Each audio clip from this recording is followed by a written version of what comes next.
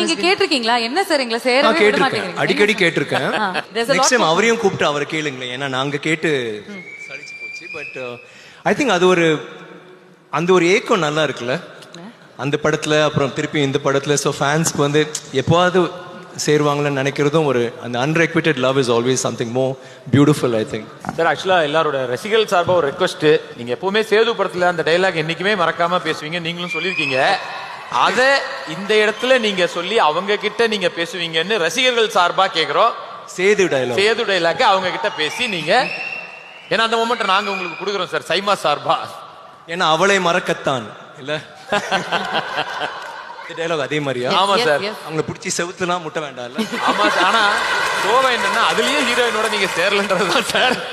ஒரு காலத்துல ரொம்ப சந்தோஷமா இருந்தேன்டி. என்னைக்கு உன்னை பார்த்து இந்த இளவரத்தை லவ் பண்ண ஆரம்பிச்சனோ அன்னைக்கு பிடிச்சது சனிய. She should be crying, right? நான் கூட நினைப்பேன், ஏன்டா அந்த லவ்யும் பண்ணிட்டு தற்கொலை பண்ணிட்டு சாவறீங்கன்னு. ஆனா இப்பதாண்டி புரியுது, உங்ககிட்ட மாட்டிக்கிட்டு சாவறதை விட அப்படியே ஒரேடியா மேல போயிடலாம்.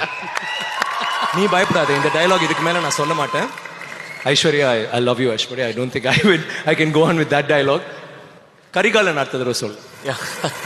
Fantastic.